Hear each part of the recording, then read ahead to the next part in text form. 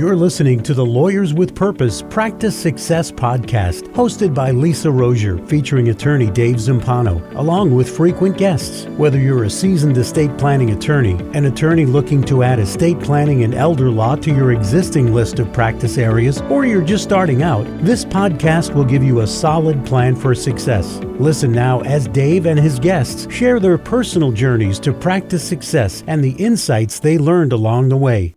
Hello, everyone, and welcome to the LWP. No, let's redo this again. Okay, 3, 2, 1. Hello, everyone, and welcome to the Practice Success Podcast. I'm Lisa Rozier, joined with Dave Zampano, and our special guest today is attorney Tim Crisafulli out of Syracuse, New York, with his law firm Crisafulli Gorman. So, Tim, welcome to the Practice Success Podcast. Glad to have you here.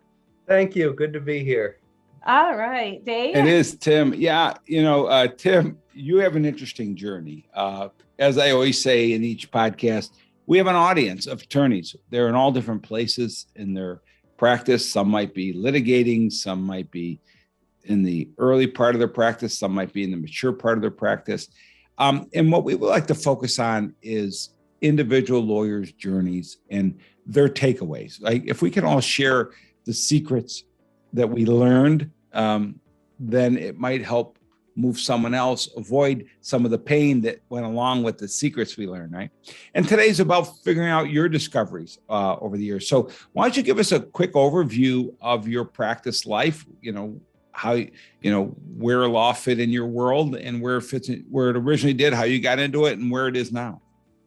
Sure. So law came to me as a second career, right out of the womb, or I guess undergrad is where I started teaching. And I taught 7th grade social studies for 5 years, and then high school social studies for another 5 years.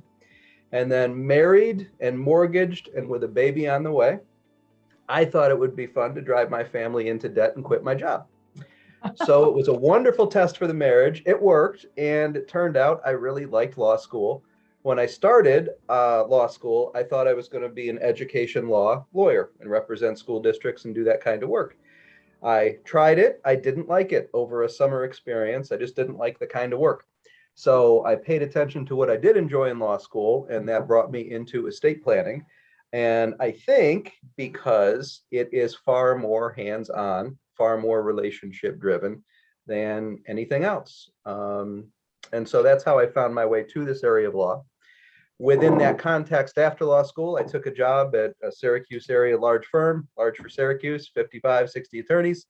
And I was happy there for about 5 years, stayed for about 6 years. And it's not that I was ever unhappy with it, but I just wanted to live a different way. I had my own entrepreneurial seizure and realized I wanted my own thing. So a good friend of mine, colleague at that law firm, and I made an awkward joke in a 2-year timeline about starting our own place. And then the joke got more awkward and the time got more crunched. And 6 months later, we left. We did it with 2 iPhones, 2 laptops, and a line of credit. The line of credit failed to show up for about 4 exciting months, living off a couple of Visa cards with the families. And then just as that finally did show up, the first billables were finally starting to come in, and it became sustainable. At that point, it was just that. It was sustainable. So you faked it till you make it, right? Boy, did we. It was sustainable, but it was plateauing. I was so concerned with getting enough work that I failed to pay attention to how do I make this profitable? How do I make this enjoyable? How do I fit it into the rest of my life? And it had plateaued. And then, Dave, quite frankly, I remember the moment of meeting you where you said to me, hey, you ought to come and look at something I'm doing. It happened to be the Lawyers with Purpose organization. I attended an event, and I realized I had some work to do to learn how to run a law business in the way that I wanted to run a law business. And then it's been an adventure since then, often with that organization, but really reaching a series of well-planned and then ultimately executed purposeful milestones along the way. And it's fun. I was hanging out with my brother just yesterday, having left work a little early. And he looked at me and said, "Do you like what you do for a living?" I said, "I love it." I said, "I didn't love it out of the gate, but I really love it now. And I find it really fun." I'm thinking of people listening to you, like I'm listening to you. You just packed up and left. You didn't even have the line of credit secured before you left. You're living off credit cards. You got a baby and a wife who's, relying on you. You got a partner. It's hard enough to do it on your own. When you're doing it with a partner, that has a whole nother realm to it. What would you tell yourself now? What would you tell that Tim of, I don't know how many years ago that was, maybe it was 6 or 7 years ago. What would you tell yourself if you woke up tomorrow and you were starting over at that point? What are a couple of things you would? I would tell my former self the exact same thing I tell to my present self, which is take the risk, go for it, and I would have done it sooner. And I still have to tell myself that as I develop my firm and continue to try to take it to the next level. I realize there will always be a next level. And I would counsel myself then, as I do now, take the risk.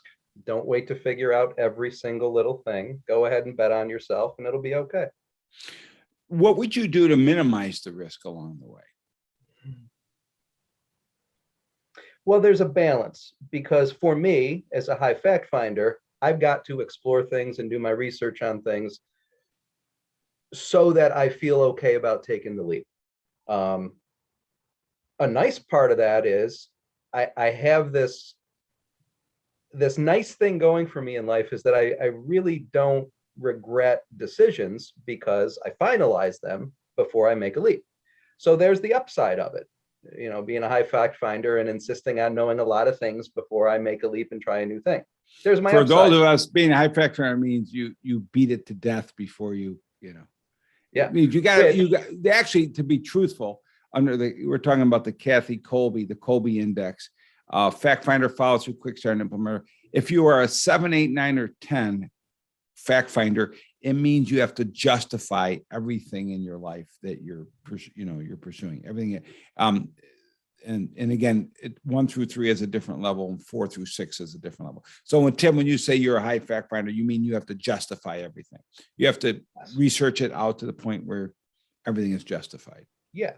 And there are nice things about that. But in your definition comes the other thing I've got to balance with it, is not to allow myself to become paralyzed. Right. The very thing that can give me comfort in moving forward is the very thing that can make me take too long to make a move and thereby miss opportunities. So that is the thing that I would counsel myself to do then, and I do now. Go ahead and take the risk. It'll be fine. Tim, you said something when you were going back, that you said purposeful milestones. And that is so impactful, that statement, because what is a purposeful milestone for you may not be what it is for the next person, right? So give me some examples of what your milestones were to getting you to where you are. Sure. So it changes along the way, and it requires constant analysis, because the firm I have now is very different than the one I had 2 years ago and 3 years ago. And so back then, my milestone was having a big boy website. And I analyzed and I did a lot, but finally I pulled the trigger, and now I do. So that's an example. Hiring is a big milestone. And when I say purposeful about it, I need a process to go through so that I can be very confident in the hires that I'm making. And I have the good fortune of, knock on wood, being really happy with hires that I've made. That's the firm I had 2 years ago, 3 years ago. The one I have 2 years from now and 3 years from now, I hope that the guy on this podcast right now can't even recognize it, because I anticipate it'll look very different than what I'm doing now. How do you get comfortable? You said, you have to get comfortable with the first hire, and you've been successful at it. How did you know how to hire and make those decisions along the way? Yeah, I took it through a process. So, again, I mentioned Lawyers with Purpose earlier. I relied upon it to guide me through how do you go about hiring. And it starts with a job description, conscious take a lot of time with that job description, get it just right. It matters.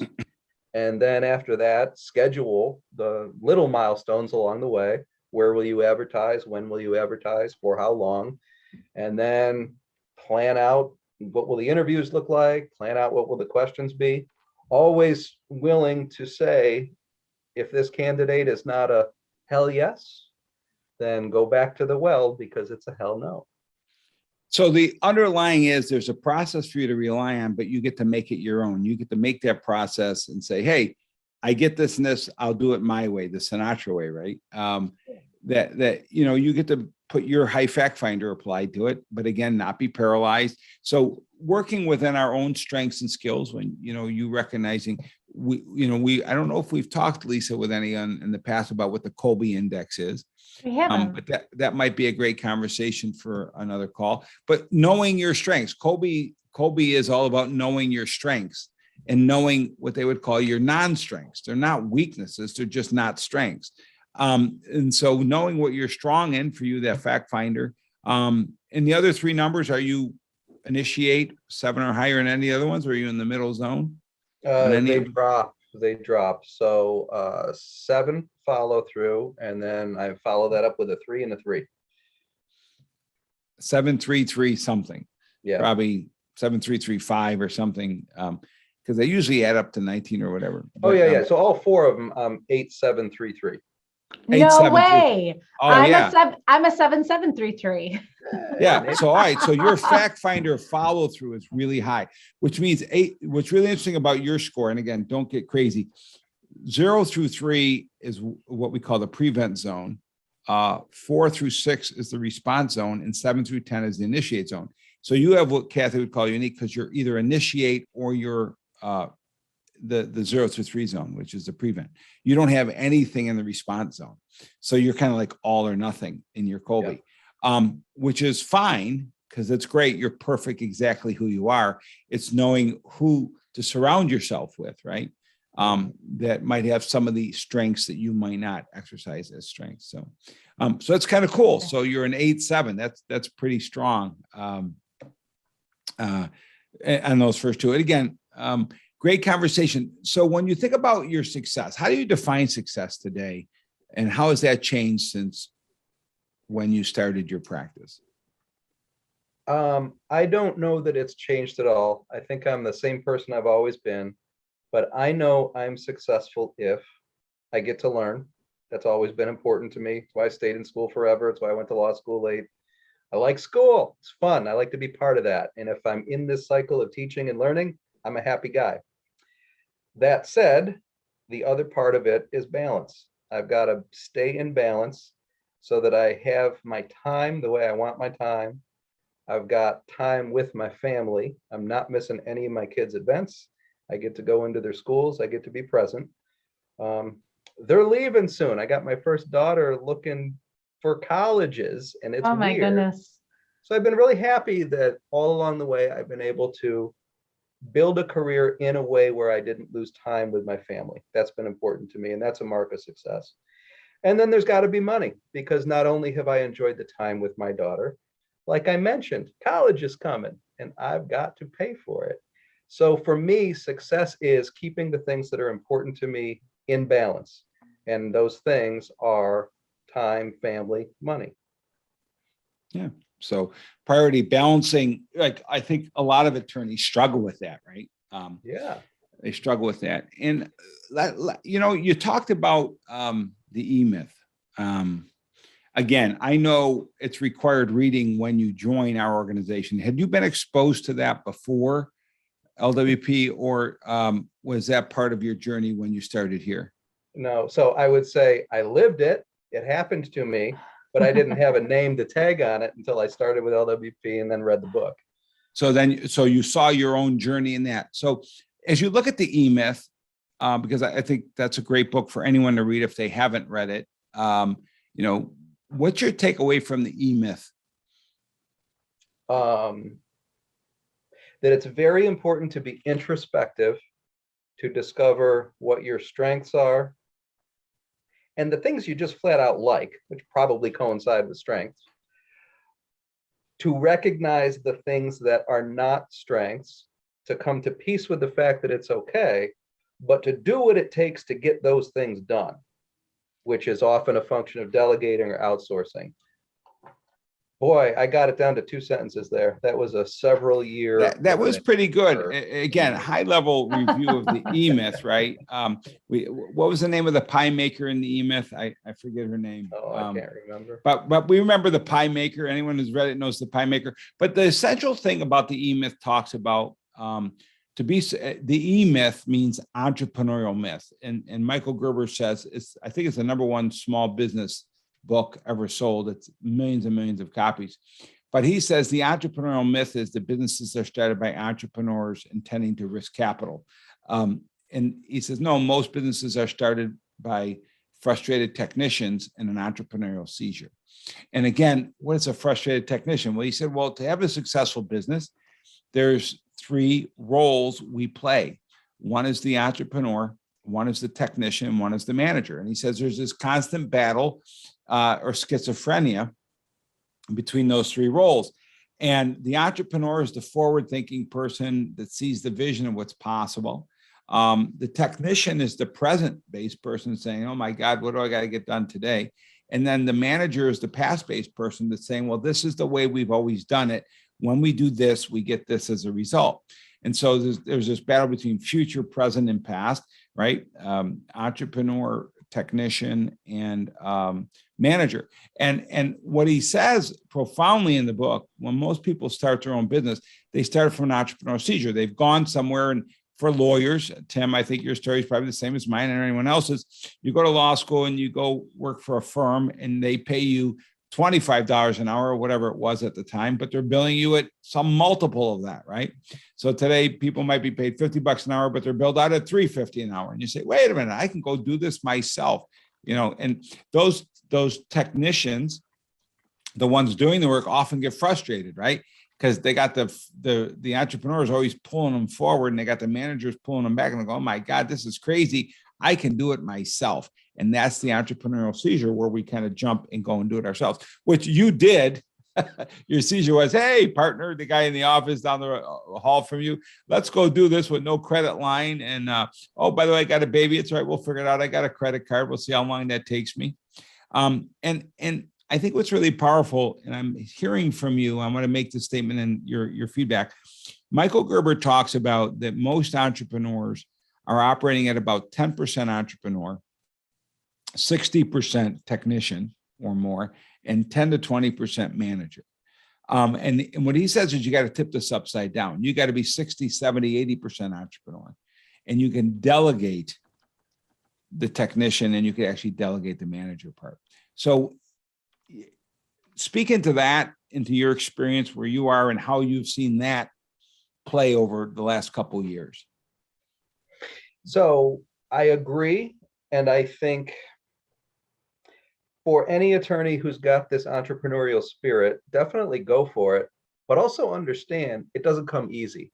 That transition from those percentages you mentioned a moment ago, that is tremendous work, because the technician is always in demand, and clients always want to talk to the technician, and the phone is always ringing to talk to the technician. And unless you carve out time for that entrepreneur and guard it jealously, like a hungry dog on a bone, unless you truly guard that entrepreneurial time and expand it, it will get consumed by the other aspects of the manager and the technician. Yeah, it gets snuffed out, doesn't it? Yeah. Everybody wants it. Everybody wants to take it away, but it is the only thing that's ever going to bring professional development. Yeah, and I think if you go back to the E-Myth, the tool, the mechanism, the way, you've already said it. I don't even know if you realize it, but you'll know it in a second.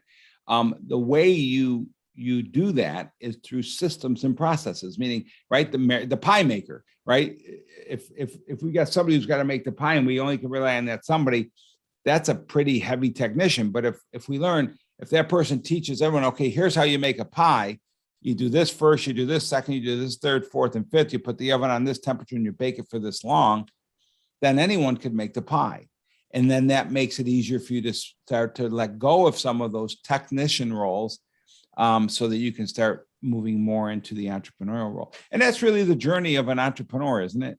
Shifting from technician, entrepreneur, and even manager, right? I remember back in the day, I would do bills once every 2 weeks. And I used to hate it. Now I'm a CPA. So, but I didn't like that part of the business. So that was the first thing I outsourced, because my wife was a CPA. I'm like, you do all the books. I don't want to do this crap anymore. Let me do the other stuff, kind of thing. Yeah. But yeah, it's kind of interesting. What's your insights now looking back on that, the E-Myth and the whole systems, processes, and then this inversion? I love it. Switching from that 10%. Where would you say you are now on that journey? I would say I am probably up to about 30%. I think I'm at about a third for each of those at this juncture. I think I am. And I think currently my challenge is operational. I have volume here. As an attorney, you spend so much mental anguish thinking, will clients ever show up? Particularly if you go out on your own. Am I going to get clients? Am I going to get clients? And so much effort goes there. Well, guess what? Yes, they're showing up. They need what we do. There's plenty of clients, but keeping up with my desire to serve them in the way I want them to experience my services, that requires constantly expanded and efficient operational capacity. And that's my current endeavor. There you go. That's the journey. Yeah. That's great. Well, Tim, thank you for joining us today. If people want to get in touch with you, how can they find you? Well, and one thing before he does, I always end when you share with a final thought, and then share your information with people and get out to you. What's your one piece of advice? Again, you've given a lot of advice, but reflect back, knowing there's all these different attorneys in all different states of life and phases. What's a cherry you want to share with them? And then share your personal information so people know how to find you if they choose to. Take risks and be purposeful about developing a plan to implement whatever it is you want to achieve. Got it. Well said. So create the well path said. and plan. Agree to the journey, but make sure you have a path and plan to get there. Cool. And how do people get a hold of Tim Crisafulli if they ever want to reach out to you and learn more about your journey or any other insights you've shared? Yeah, so the law firm is Crisafulli Gorman, and the website is cg-lawyerswithans.com. Love it. What about LinkedIn? Can they find you on LinkedIn? You can find me LinkedIn. You can find me Google. You can't not find, if you could spell my last name, Crisafulli, then you can't help but find me online. Oh, I love it. Awesome, awesome, awesome. Well, thank you, Tim. And for our listeners out there, again, this is the Practice Success Podcast, and you can listen to additional episodes just by visiting us at lawyerswithpurpose.com and clicking on the Practice Success Podcast button. Have a wonderful day, everyone, and we'll be talking to you soon. Thank you for listening to this episode of the Practice Success Podcast. Visit www.lawyerswithpurpose.com/podcast to listen to other episodes and to subscribe. We'll see you next time.